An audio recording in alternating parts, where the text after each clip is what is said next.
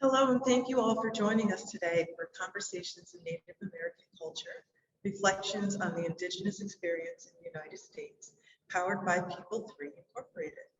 My name is Tyra Lewis, and I am the DE&I Project Manager for People 3. People 3 is a Nashville-based, full-service diversity and inclusion firm that provides educational workshops and DE&I consulting services, as well as DEI strategy solutions. The Center for Indian Country Development indicates that 61.6% of the Native American population are active participants in the workforce of the U.S. metropolitan cities and 54.5% in rural areas. Yet Native American unemployment exceeds 40% in the U.S., and 1 in 3 Native Americans are living in poverty, with a median income of $23,000 a year. As organizations in the U.S. expand and invest in diverse and inclusive workplaces, this discussion will create a space for Native American and Indigenous individuals to reflect on their experiences and discuss how organizations can contribute to the economic development and progress of Native American and Indigenous communities. We are honored to host this event and introduce our moderator, Patrick Gonzales-Rogers, who will introduce our panelists and guide this discussion. Pat Gonzales-Rogers supervises the staff in the direction of the Tribal Land Management Plans for the Bears Ears Monument. Prior to coming to the Bears Ears Intertribal Coalition, Pat was most recently the Senior Tribal Policy Advisor at EPA. He has also served as the Director of the Office of Hawaiian Affairs, OHA, Washington, D.C. office, where he was in charge of OHA's federal advocacy, legislation, and congressional affairs. Previous to OHA, Pat was at the Yale School of Management, where he was the interim director of the executive management programs for tribal leaders. He has also served as senior policy advisor for the U.S. affiliated Pacific Special Assistant at the Administration for Native Americans, and as General Counsel for the U.S. Senate Indian Affairs Committee, then chaired by U.S. Senator Daniel Inouye. Pat is also a People 3 Native Culture Competency Consultant. Pat, I give it to you. Thank you very much, sister. So greetings and salutations. Afio mai, talofa, fa'afetai lafa, uia o sole. In my own native tongue, Samoan, I welcome you, I thank you, and I express my appreciation. I am Samoan.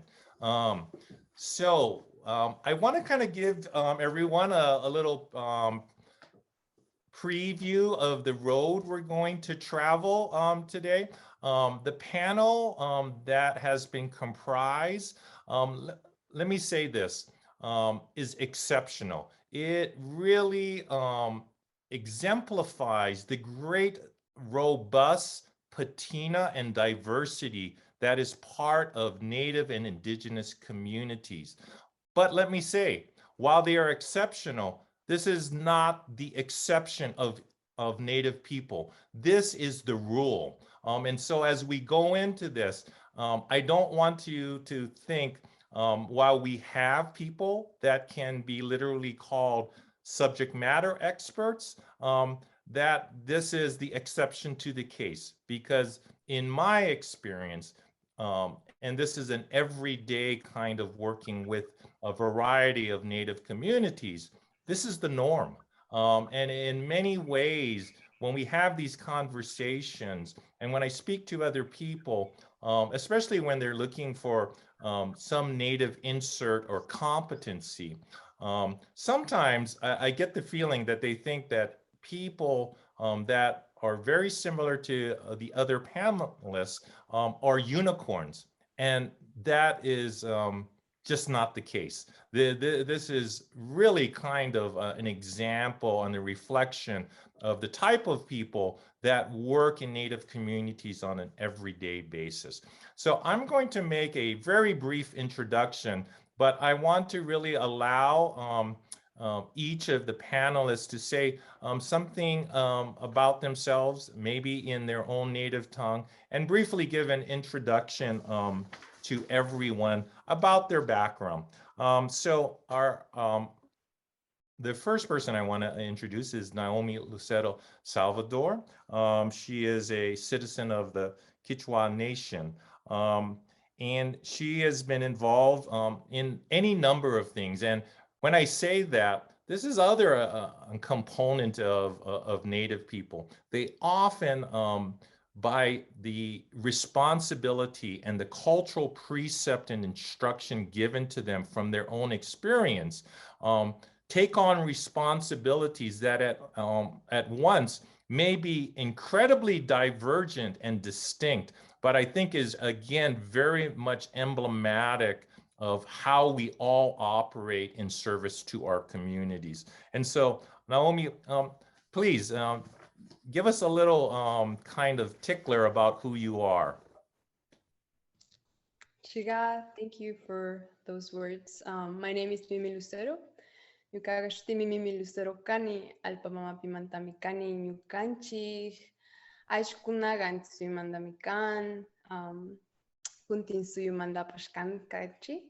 Hi everybody, my name is Mimi Lucero. Like I mentioned earlier, I introduced myself in the Runashimi, which is the human language or the language that we've spoke since time immemorial. And I introduced both of my parents' territory, the Continsuyo and the Antinsuyo territories, which are known as the Isabel Islands on my dad's side and the Amazon, the Sucumbíos-Tena area for my mother. And yeah, I'm very excited to be here. I carry some of the responsibilities, as Patrick mentioned, for my community as a seed keeper and a traditional midwife. I do some consulting work currently to restore Indigenous food pathways, and in the way there's a lot of intersection of, you know, land rights, health, well-being, what it means to be at our communities and having to live in colonial institutions for half of our lives, almost like a split. But yeah, very excited to be here, and thank you for gifting us your morning. Thank you, thank you. Our next panelist is Shane Thinelk. He is a member of the Rosebud Sioux tribe. He is by education and profession an attorney, but again, true to the many hats that we wear, he's operated in a variety of different spaces as well as kinds of responsibilities. And so, Shane, please, the floor is yours. Thank you for that. I want to say, Petu Washte, Chante Washte, Nape Chuzapalo, Wichape Amani Lamielo, Shane Thinelk and Nachape. My name is Shane Thinelk. I'm a member of the Rosebud Sioux tribe, Sichangu Lakota. And as Pat said, I've been an attorney for nearly 20 years, approaching 20 years now. And in that time, I've served in, you know, in our communities, we step up and we wear various hats and we step in and help where we can. We come with I know for our people, we come with a strong sense of community and service to that community. And so in that sense, I've been really honored to serve as a chief tribal judge for our people. I've been able to, as an economic development attorney, run a nonprofit, provide cultural competency training services, and currently focused on some restorative justice projects. So I just really want to thank People 3 for hosting this morning, and for everyone for participating, and for everyone else out there. Thank you. Thank you very much, Shane. Our next panelist, I will, by way of both transparency, say is a colleague of mine. And to say Alastair is just a journalist is to really just kind of touch the surface. He is an incredibly talented person that works in a variety of spaces. So, I would caveat by saying his day job is a journalist for the Salt Lake Tribune, but he, again, occupies many different kinds of areas, and he has a variety of kinds of interests as well as expertise. So Yataway, brother. Thank you, Patrick. Thank you for blowing me up as always, and I just appreciate that. And I just want to say Yate Adonat Nishlinigi a Alastair Lee Bitsoi Yanishia Twohana Nishlinki Ani Basichin Klashia Dashichi Hashkashni A Dashanilla Bucket Ego Denen Nishlin Nosh Chitty Navajo Nation, New Mexico A Dat Nosha. Just want to say welcome everyone, good morning, and I'm pleased to be here, and I'm ready to kick off the panel with the other Indigenous experience here today. And thank you to People 3 for this opportunity. And again, I'm Alastair. I'm a Salt Lake Tribune reporter right now, and I do a lot of different advocacy. I used to do advocacy work with Patrick and the Bears Ears Intertribal Coalition under that narrative. And I guess I'm a writer now. I mean, I recently embraced that fully. And I'm here in Salt Lake City in the newsroom, and I'm excited to have this panel. And just before that, I'm Dene or Navajo from Nosh Chitty Navajo Nation, New Mexico. So it's like 7 hours from Salt Lake, or if you're from the Four Corners region or know the area, like an hour and a half from the Four Corners Point. So just want to give you a little bit of geography of where I'm from. So thank you. Thank you, Alastair. And then we get to our final person, Shayla. Shayla's from First Nations. She grew up in Upper Michigan. She just completed her graduate degree. And so I'm really excited to kind of hear her perspectives. Also, as she is kind of just starting off in her professional life. And I'm sure once she really kind of shows and shines her own brilliance, she may be available for work. So with that, send me a DM. We'll work out some kind of consignment of my executive recruitment kinds of skills, and we can work something out. But please, Shayla, tell us about yourself. Bonjour, Shayla Ndijnikaj, Michigan Ndonjiba, Utah Ninda, Moko Ndodum. I just gave just a brief intro of my name, Shayla, where I'm from, Michigan, living in Utah currently, and I mentioned my clan. Yeah, so like Patrick mentioned, I'm a recent graduate, had a lot of research in my background. I used to be a collegiate track athlete, so I'm kind of looking to sort of mesh those two together and maybe look at like interventions for youth, running interventions, physical, meshing like spiritual, physical, emotional, mental, all those kind of aspects into like helping youth. Thank you, Shayla. What we do share in my already kind of bloviating and exaggerated resume is I actually went to school on a football scholarship. So I'm a former jock myself. So with that, what I wanted to do is provide a little kind of foundation for our discussion today. And this foundation, is applicable, whether it's talking about my people that extend far into the Western Southern Pacific, or if you are part of Indigenous peoples in South America, and going from, Dene all the way up to the ancestral lands of Plains Indians. And so with that, allow me about 3 to 5 minutes to kind of set up how many of the things that we experience now have been in development really for the last 800 or 900 years. So I'm going to start off by talking about the doctrine of discovery. Now, it may seem odd. Why are we going to talk about the doctrine of discovery?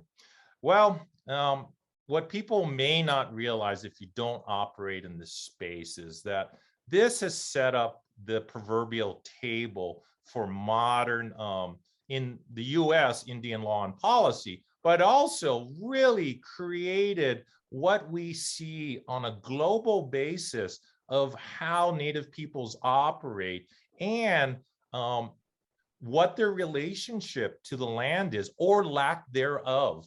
So let me begin. Back in the day, the Catholic Church basically ruled the world. So if we, went to about the end of the 12th century, the Catholic Church knew that the world was, something past Western Europe.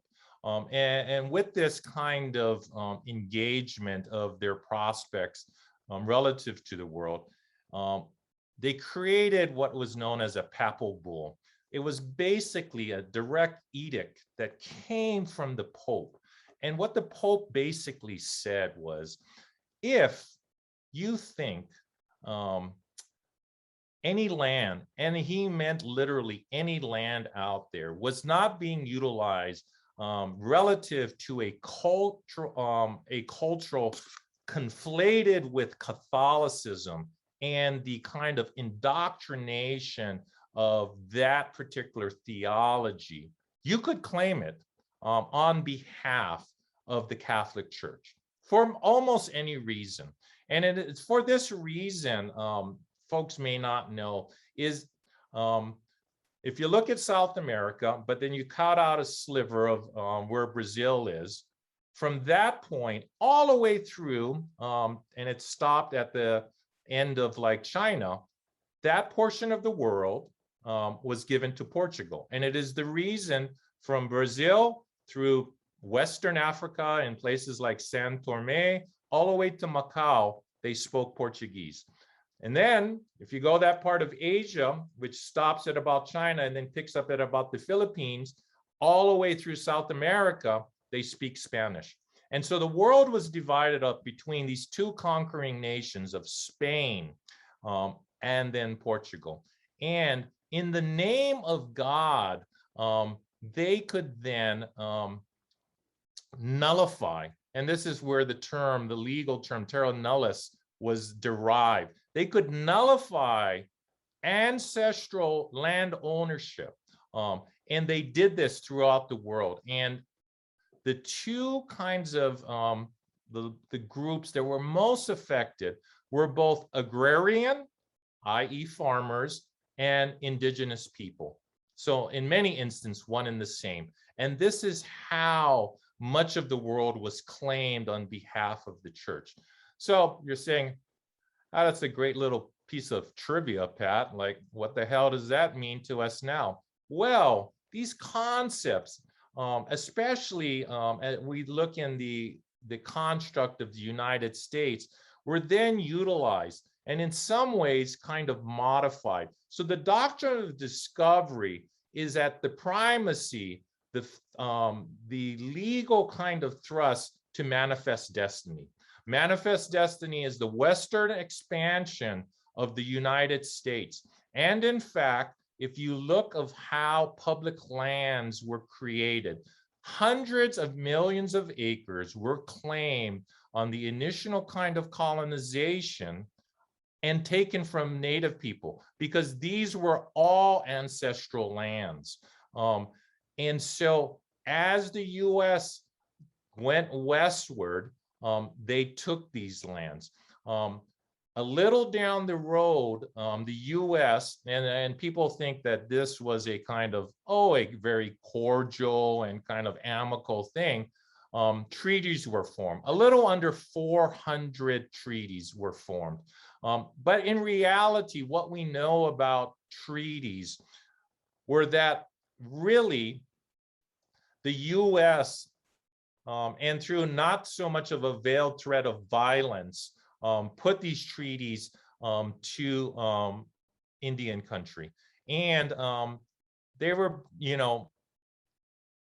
for lack of a better term, really forcibly signed. When Shane can talk about this, when we have a kind of, from a legal basis, any kind of a contract takes equal consideration and bargain from the parties. And there was not equal consideration. It was made, either you do this or there could be the threat of violence. And in many instances, they were operating from very little utilization of native languages. And so how they constructed this was really simplified and to the benefit of Western culture. So, now we have this kind of construct. Lands were taken from ancestral people in a way that we still have to live with today. And so even these concepts about manifest destiny are still kind of given legal citation and attribution to how we live. And so what can we take from this? Well, what we can take from this is that in most every instances, and these kinds of thoughts are portable, whether we're talking about First Nations, the US, or indigenous communities elsewhere, is that much of Native and indigenous communities are supported through provincial and paternalistic kinds of public policy. And so I want to set up the floor in that way, so people have a little knowledge of that is the particular construct. And so let's segue into our first kind of question now. And so to that question is, and this is to any of the panelists, please raise your hand if you want to take this first question. But in your opinion, how has the Native American and Indigenous experience changed or evolved in the United States? And the second part is, how has this been changed, either negative, positive, or a mixture of both? Anyone want to kind of field that first question? I will call on people, so. Yeah, I'm happy to take that. You got it, Shane. Yeah, so what I'd like to do now is talk to you all for about 30 minutes and lay out the whole foundation of the different areas of Indian law. Just kidding. But Pat did a good job of setting up where we come from as far as the legal framework in this country and truly over the world in regards to colonialism. I think it's changed. I would have to say it's definitely changed for the better. It's getting better. We have a long ways to go. But I look at it, I was born in 1976.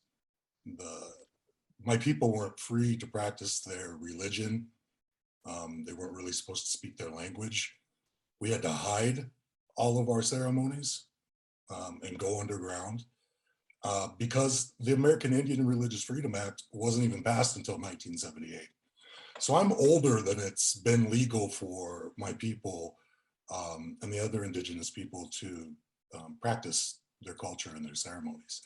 So I think, that's a positive. Recently, I've definitely noticed that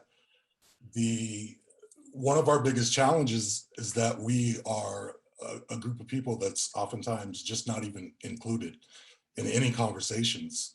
We are overlooked or considered invisible. Even back to what Patrick was talking about, the doctrine of discovery. When that was first articulated here for this country by the Supreme Court in a case called Johnson versus McIntosh, that sets all the property rights for this country and basically says that we as indigenous people couldn't own land. There was no tribal members or no tribes that were parties to that case. So we didn't even have a voice in that from the beginning. So I just want to point out that, The visibility has been increasing, and I think that's definitely positive, and I think that's only going to continue to increase. And so that's, I think, really the first step, is that we even be included. And that's why, you know, events, panel discussions like today are so important. So. Thank you, thank you. You know, I do want to kind of provide, you know, just a context when we talk about these, especially kind of these land-based questions. 99% of public lands are west of the Mississippi. Ironically, most of land-based Indian country is also west of the Mississippi. And so we really want to kind of think about and maybe kind of contemplate all public lands have an intersection with Indian country, either directly with reservation or what we call ceded lands. And so much of the whole kind of space of how we view lands, especially within conservation, have a direct kind of nexus relative to Native peoples. And in fact, they're most affected by it. And so even in, you know, the treaties that I talked about and some of the things that Shane alluded to, the U.S. has not held up their bargain. And so while they constructed these treaties, and these are treaties that they articulated and forced upon Native people, the U.S. could not fulfill the bargain in which they constructed. So just think about that. You know, it's like buying a house. The other person tells you what amount they want to pay, and they can't even pay that amount. And really, it comes down to that kind of a simplistic portion to it. You know, the next question is one that I think all of us have experienced, and that's, you know, how do we kind of approach the many kinds of instances, and sometimes daily ones, of, you know, the question is microaggressions, but, you know, in many instances, these are not as subtle as microaggressions. There are blatant, stark kinds of derogatory and kinds of pejoratives placed on many of us, and they come through a variety of circumstances. So I'd love to hear, and I know Alastair has already kind of volunteered, but if there's someone else after Alastair, please chime in about specific instances of how you as an individual and a member of Native communities, how do you kind of encounter and kind of resolve these situations? And please share as much as you're comfortable with. All right, thank you, Patrick. Thank you for, again, the opportunity. I guess to help answer number one, I'm reporting now with the Salt Lake Tribune, and so I'm kind of I'm basically like a new voice there in the newsroom, and I bring I guess some experience, wealth of experience, and then I'm also, I guess in my identity, I would identify as queer, so that's another layer of, and I'm a lefty, so the world's designed for a bunch of righties in the world, so like I have to navigate that as well. But I just recently this week, I've been in a newsroom here in Salt Lake and at the Salt Lake Tribune, and I thought that I've learned the data analytics of my stories are not engaging with the rest of the audience in Utah. So that was surprising to me, because I felt like, as Shane has indicated, I feel like the Indigenous experience is improving. There's still some lots of improvement or a lot of equity that needs to be involved in to narrow those gaps. But I feel like the audience here in Utah, for instance, is a little bit tougher than I anticipated. I thought that writing about Indigenous boarding schools in Panguitch, or just writing about how domestic violence is a precursor, or there's an association of that in our communities with boarding schools. And so like I'm struggling now to like basically reframe some of my stories to make them engaging for the rest of Utah. So that's kind of been a challenge as a reporter, because I felt like this day and age, it should be easier for people to snap and understand, but I guess they're not making those connections so far. And so I don't know if it's just the Utah audience, but I feel like I that's what I'm struggling with in a newsroom. And earlier this week, I kind of had imposter syndrome. I was like, do I really belong in this newsroom? Do I really like, am I this journalist that I say that I am? And then I realized, I woke up yesterday, I'm like, I am, like, I just like stopped that spiral.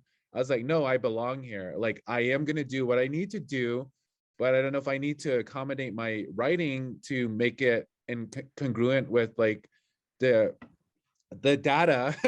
So like, I don't know if some of that's what I mean. Like, I don't know if my going to, like, those are kind of experiences I go through as a writer. Like, okay, do I have to write according to the data, or do I write the real story?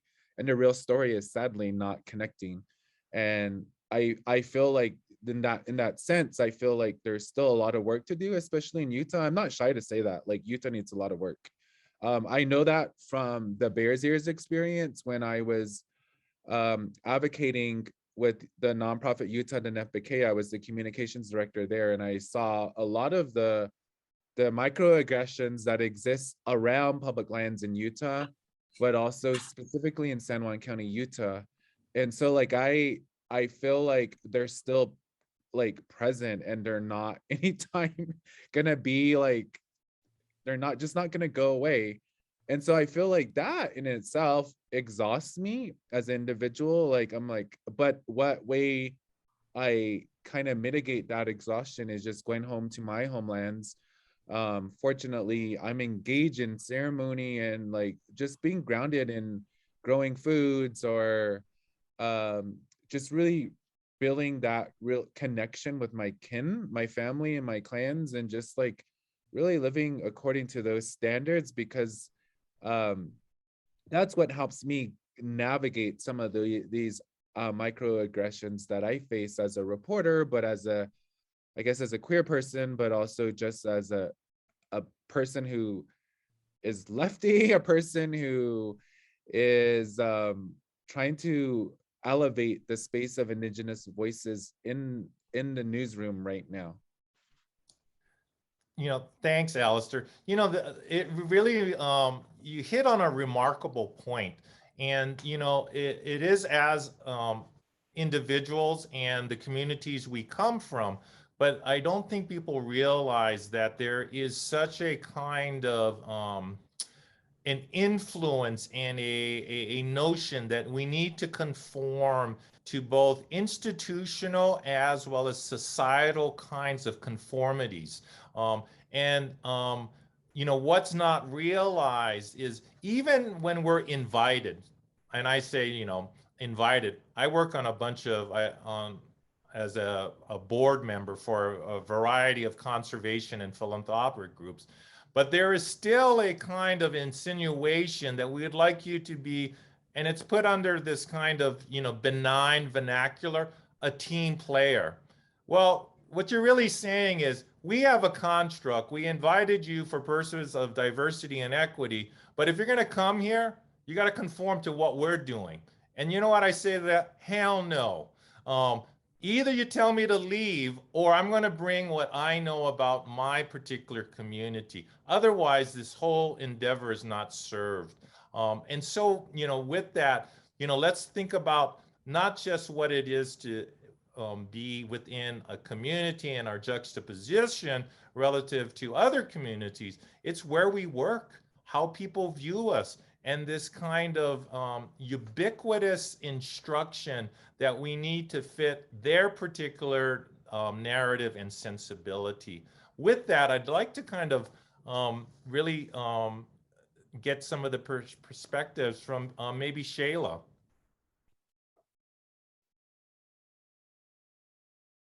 Are we still talking about 1 and 2?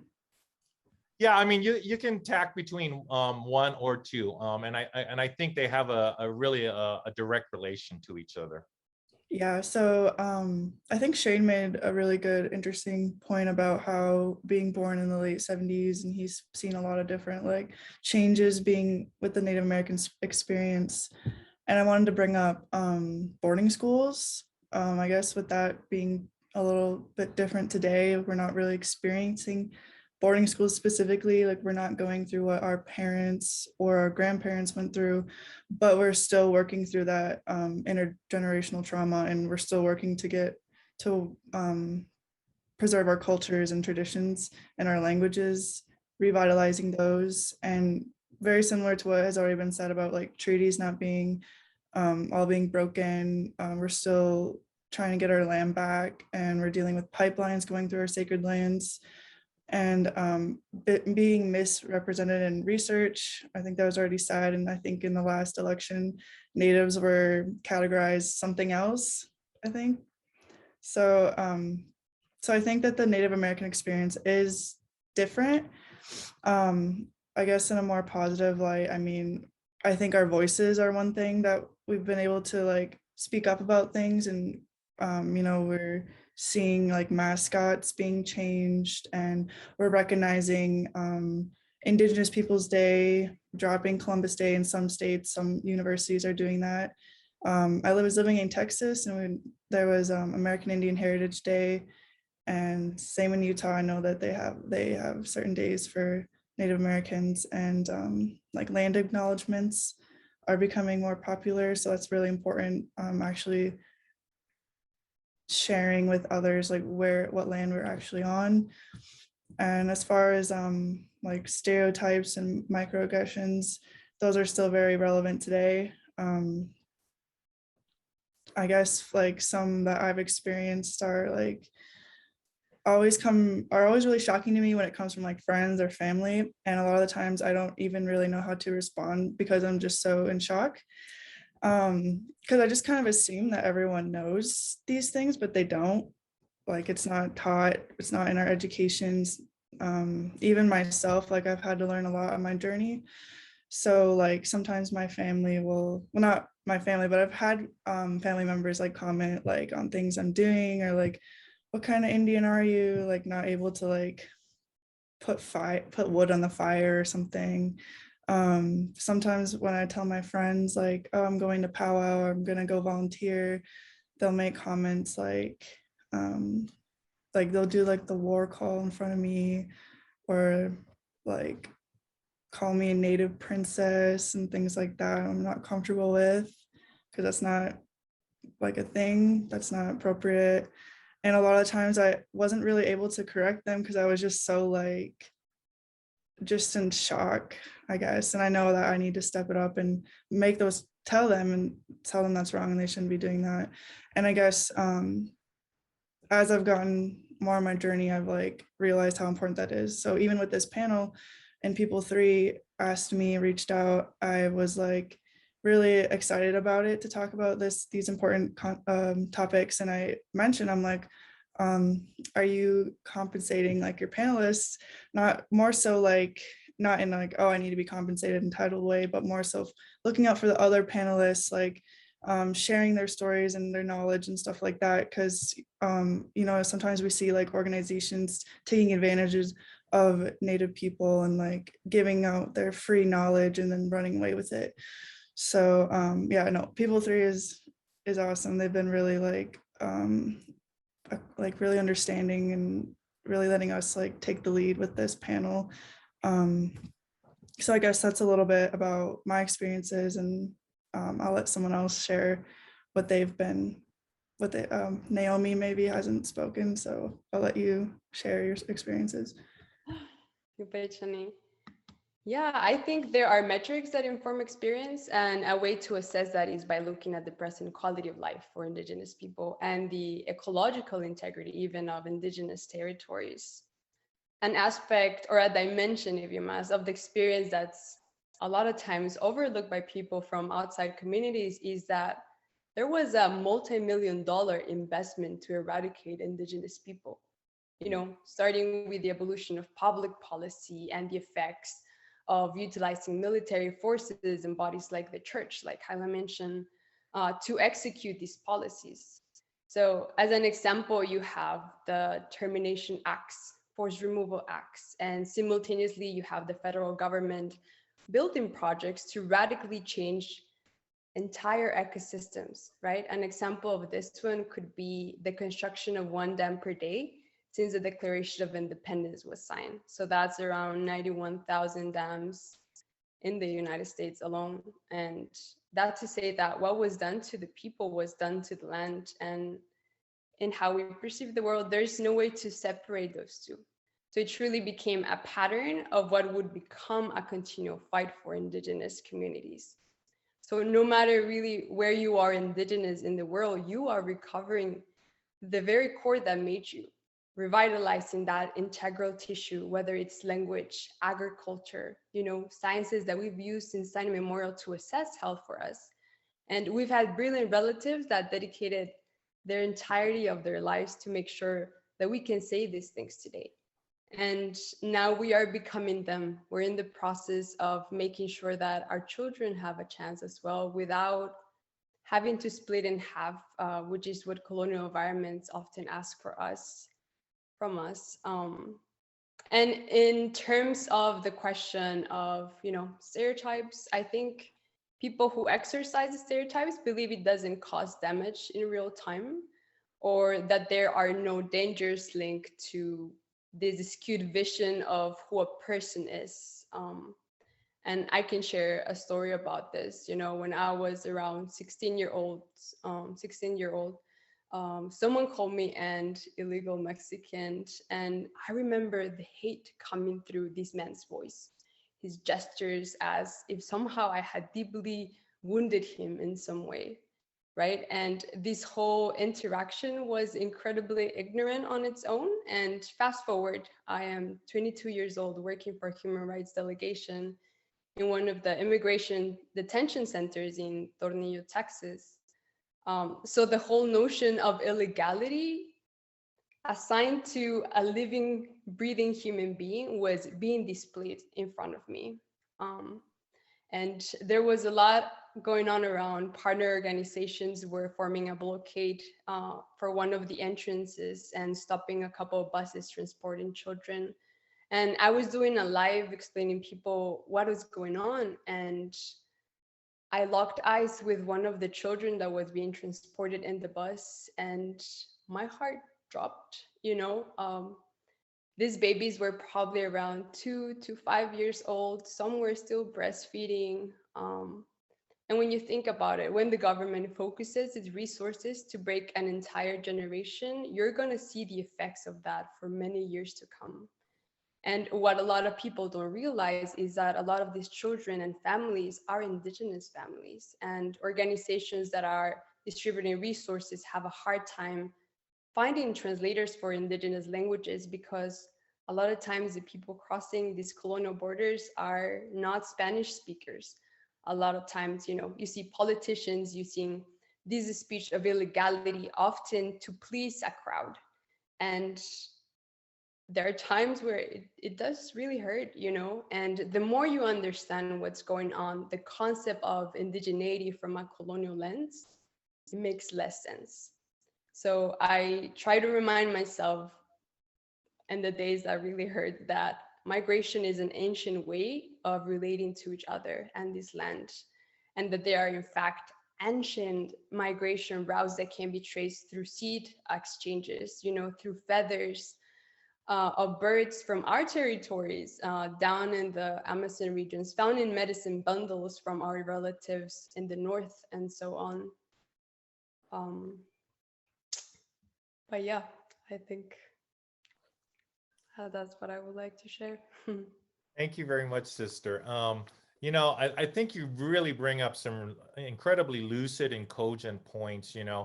So many times, Native communities from an Indigenous perspective are viewed from the things they can bring from a cultural standpoint, and that's incredibly important.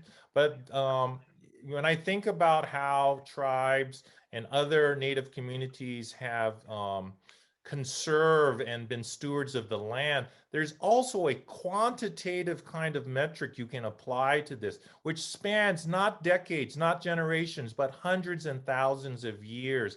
And it's really underplayed on how efficient they were relative to their landscape. And so I think one part of that is really lost. The other, observation, as you kind of brought up, it really made me think about how we view things even within our own country. And these are not terms that were made up, but I want to kind of briefly, before we go to the next question, between like 1789, when the first kind of Indian policy came up in the US, all the way to 1960, these were the titles of the period of public policy relative to tribes: removal, assimilation, reorganization, assimilation, termination.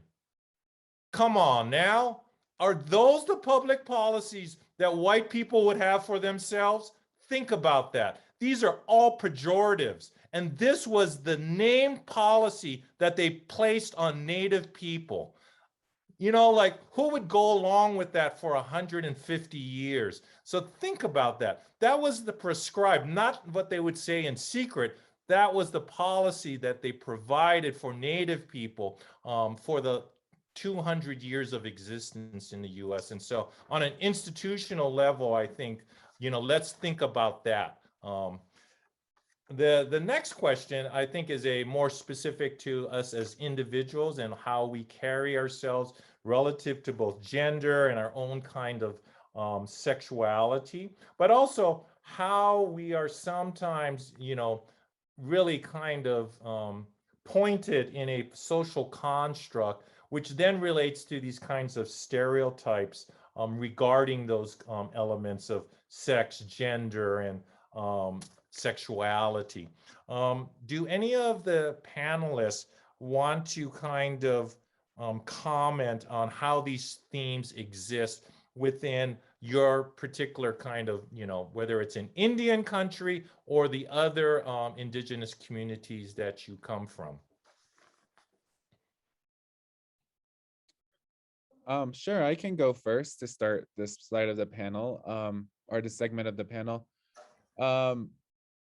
I feel like in my experience, I've learned that there's still a lot of that conservative. I'm obviously like I'm living in Utah, and then that's conservative in its nature. And then when I go home, though, I'm learning the influx or the influence of that conservative value comes from the colonization through churches. And so that's what I had to struggle with for a long time. Like, how do I exist? Obviously, my identity does exist in our people, in our society, in the Navajo Nation. But like, how, like, because there'll be rationales of like Alastair, like, what are you doing? Like, why are you even growing your hair? And I'm like, I've had my hair for a long time, like short, and I got a trim recently. I love this trim right now, but it was longer. And so I really just really grounded myself in my hair recently. Like, I feel like that's my power, that's my authority, that's anything we do in ceremony, it deals with hair. Like, you tie like maybe an arrowhead to your hair, or you wash your hair when you pass the holy days. But those are examples in which I am leaning into my being as a Dene man who happens to be queer. And I struggle with that. I have three brothers that are my age, and I would think that they're a little bit liberal, but they're not. Like, I even challenge their social constructs of what is a man. And so we always go through these different dialogues, and I'm like, you can rationalize it all you want. Like, I'm not going anywhere. Like, you can claim, like, if you like my identity doesn't exist. And sometimes it's sadly that I have to like combat like how among my siblings, like how the gay culture or queer culture, how it's becoming more visible is just a trend. So like, I've had those kind of conversations. I'm like, I am not a trend. Like, yes, I am a trend, but I'm not a little like literally a trending. I didn't just decide this. Like, it's who I've been for a long time, for like since I was born, since time immemorial, I guess, in my existence as Alastair. And so those are things I do. And I feel like in my capacity, I love to write and I love to read, and I like to reclaim and recenter some of these truths on like surrounding my identity. And I'm like, no, like, yes, there was this separation of sexist narrative in the Diné culture, but like what role did my being, like my people who are gender non-conforming, how did they play a role in that narrative?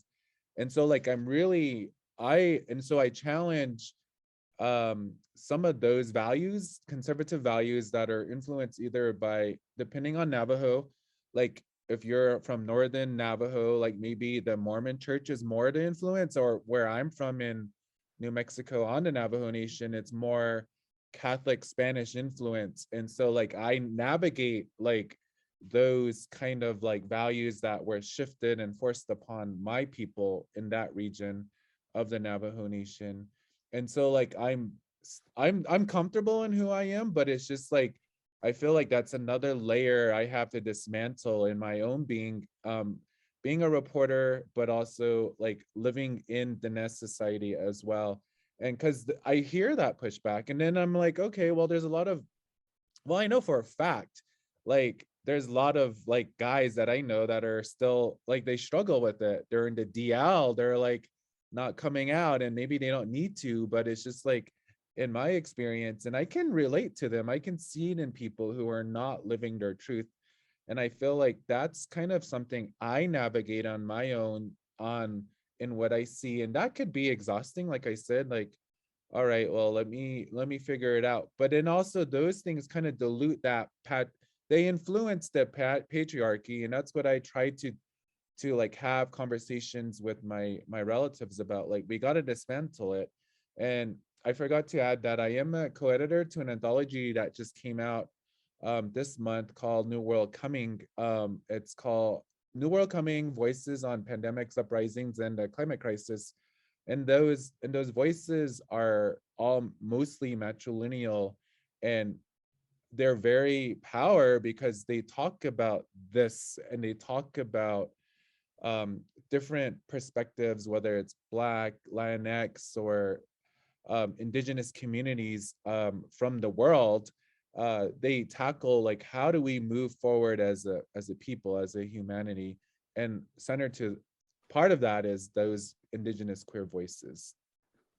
Thanks, Alastair. That is incredibly insightful. You know, I'll say before we go on to our next question really quickly, even within my own culture of Samoan, is that what people don't realize is that a lot of Native cultures, and I don't want to speak for all of them, have already incorporated through a historical kind of sense issues of sexuality, whether you're, you know, how you kind of relate and identify as queer or gay. In Samoan culture, a third sex was always a part of our histology, right?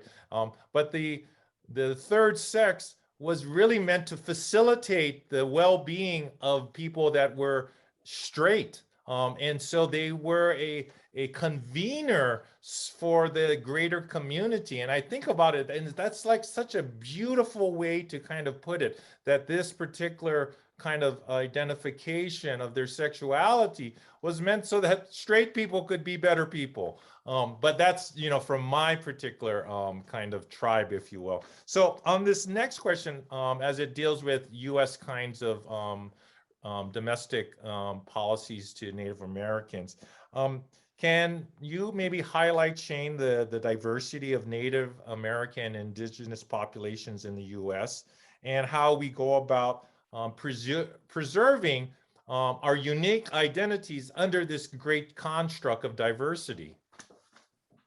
Sure, and I will try to keep this as brief as possible because I know we've got a few more questions we want to get to. But I just want to say that obviously it is not a monolithic population. I think there are, and feel free to correct me if I'm wrong, there are 574 federally recognized tribes, many more unrecognized people, state recognized tribes. So all a great diversity across this continent. And I've had the opportunity to go to, I don't even know how many reservations I've been fortunate to work on. I've lived on 5 different reservations. And every time I go to a new community, I go to a new land, I seek out the Native community there and get their stories about the land and try to basically orientate myself that way, because they're the people that relate to the land and have grown from the land, and their stories and the way that they relate to the land have been developed over millennia, countless generations.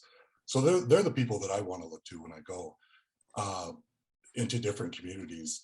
So I just want to encourage everybody that it's not a monolithic community. There are different customs, different cultures where you go. And so the biggest thing is just be, free to learn, be ready to learn, and, just ask questions and find out about those particular people. Thank you. Thank you. We're kind of winding down to our last couple of questions, but I'd love to really get a perspective, especially from the other generation. And, the one thing that I was kind of thinking about on what, is really great and the positives I'm seeing is, from a younger kind of generation, and most of my staff is like 30 and under, there's incredible kind of vibrance and intelligence and commitment. And I see that as one of the great things of where we are in terms of Native advocacy, because these people are just incredible. And so to that, Shayla, would you take the next question?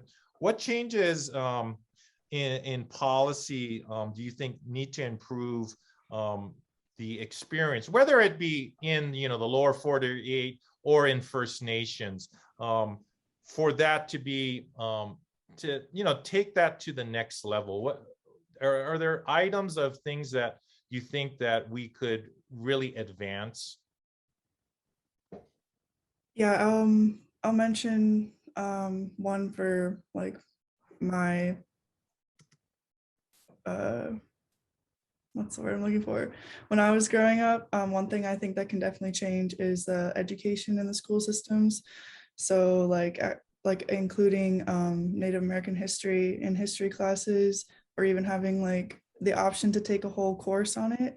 Because I feel like when I took that class in college, I took a Native American experience class, and I learned so much that I didn't even know, like I just didn't know any of it. And it's so important with the like I don't know, the history of the US, and so like including just more of the truth, I guess, with our history and school systems, more specifically I guess high school, would be like a big thing that I would think would help create like more maybe a little bit more understanding, a little bit more allyship for natives, the Native American experience in the US. Thank you. Noemi, would you care to kind of give some of your thoughts and insights? Sure. I think there is a pressing need to rethink policy with the collaboration of Indigenous knowledge. Indigenous people have contributed critical policy in spaces where negotiations about our very lives happen frequently. An example of that was the recent COP21, right? For example, on land use needs to have an Indigenous active land management approach when it comes to designing, planning, implementation. Just with the approach, building literacy of the original hydrology of the area, landmarks, species migration. And we have elders, we have people in our community that can be those resources if a respectful partnership can be developed, right? Non-extractive partnership. And that requires us moving beyond consultation into an equal partnership opportunities. In terms of development of agriculture and engineering of seeds to address, a global famine your answers are to rebuild a dying colonial food system. Your answer is in the hands of Indigenous farmers with accumulative expertise on seeds that have ecologically adapted into the needs of Indigenous diets in correlation with the ecology of our territories, right? There needs to be policy to protect the integrity of those seeds and the retention of agricultural practices in our community. And industry is a really big part. I know we have like a minute, so I don't want to run through it, but I really think that policy and overall the service that Indigenous people perform for the good of humanity can be put into use if we are not just invited to a table, but there's circles created for us, right? And there's a lot of knowledge, there's a lot of books, there's a lot of publications done by Indigenous scientists and historians and ecologists, and I like to invite people to look into that because there's a lot of offer of material that can be used on the implementation of policy. Fantastic. Thank you, Noemi, for that. We're down to our final question, and it really is about what would we like to relay to all of our citizenry and our communities? What about Native American and Indigenous kinds of experiences that we want to really convey to everyone as a closing thought? And I'll just lead into this, and then I'm going to kind of shift to my brother. What I would say is, while we're all come from ancient kinds of communities, this is a contemporary real-time experience. And while we really kind of, stand on the shoulders of all those generations before us, this is a contemporary experience. And so I think there's a tendency to think about it in, oh, they used to do this and that. And I will tell you, ceremony, the way we think about ourselves, the way we preserve land is a real-time thing. We practice it right now. And in fact, I would say our landscapes are just like us. They serve a diversity of purpose. They could be agriculture, but they are also our churches. They are the divine. They are our books. They are our libraries. And so the history that we live in real time. Before I start preaching too much, I will cede the floor to my brother Shane. Yeah, thank you. I just wanted to quickly say that, I'm just happy to be here, and I'm so privileged to be on this panel with these other, really successful and just impressive individuals here. And so I want to say thank you. And so I wanted to highlight that despite a lot of the challenges we've been talking about, the full weight of the resources of the government aimed at exterminating Native peoples, the different microaggressions and the things we've discussed, some of the social ills, we're still here and we're still so very successful. I mean, you can look at the panel members here. And so to the others out there, I would just say, we're only getting better. There's more and more, and you might as well catch them on the way up, catch us on the way up, catch these individuals on the way up. Thank you. Thank you. I think there was a great kind of, there's a chat also going on, and there was a specific request that maybe Naomi, you, as we close, answer this final question that was in the chat. For others that are not in the chat, can you maybe repeat the question, Naomi, and then answer it? Yeah, I think the question was around with, Thanksgiving coming up, how can people be allies to Indigenous people? Should they celebrate it? Should they not celebrate it? And just food as a resource to unite people and open up a dialogue around some very political subjects for all ages. You have NAFSA, you have the Traditional Native American Farmers Association, doing a lot of work to revitalize Indigenous food sources. So perhaps a way when you're in the table, setting up food, you can talk to your family and share these 3 questions, right? First one is, whose land do I occupy? The second is this nation still part of a reservation system, or were they displaced to a different state, you know, kind of like following the trace of what happened to this nation. And the third one would be, how am I being a good neighbor or steward to this land? Because I think a good way to be an ally to Indigenous people is show up for events, educate people in your community, you know, but also take care of the portion of land you live in.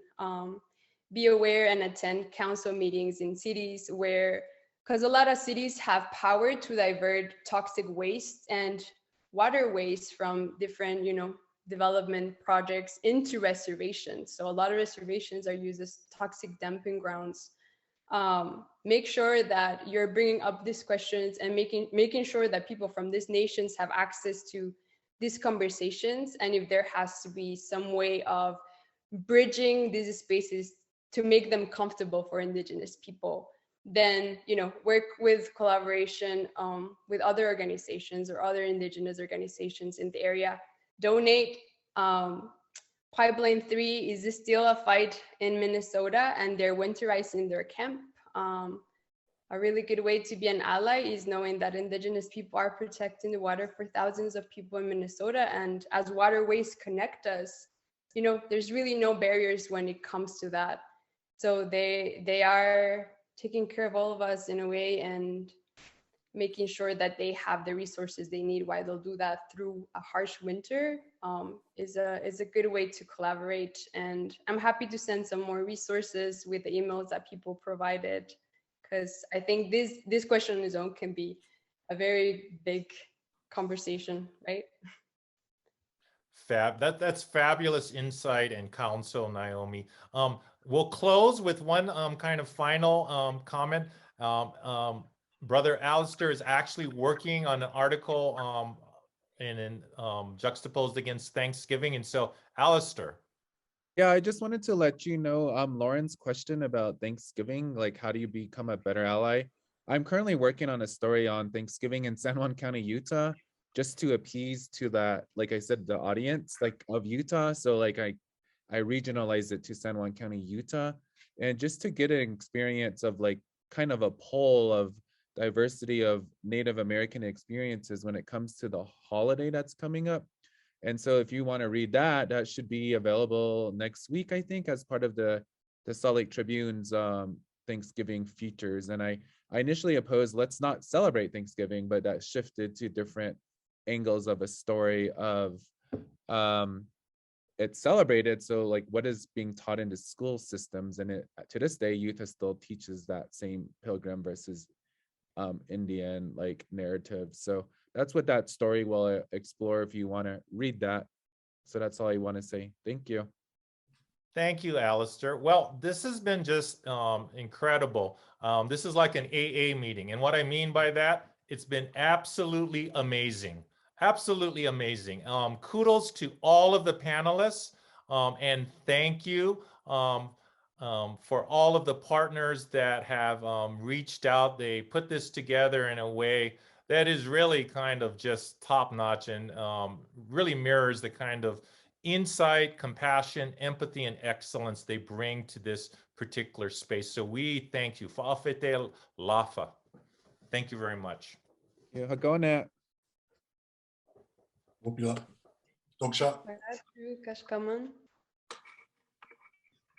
Thank you all to our amazing moderator, panelists, and guests for joining us today.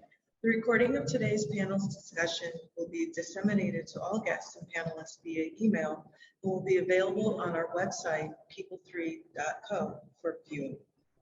Thank you for being a part of Conversations in Native American Culture, and we look forward to having more of these conversations to come. Thank you.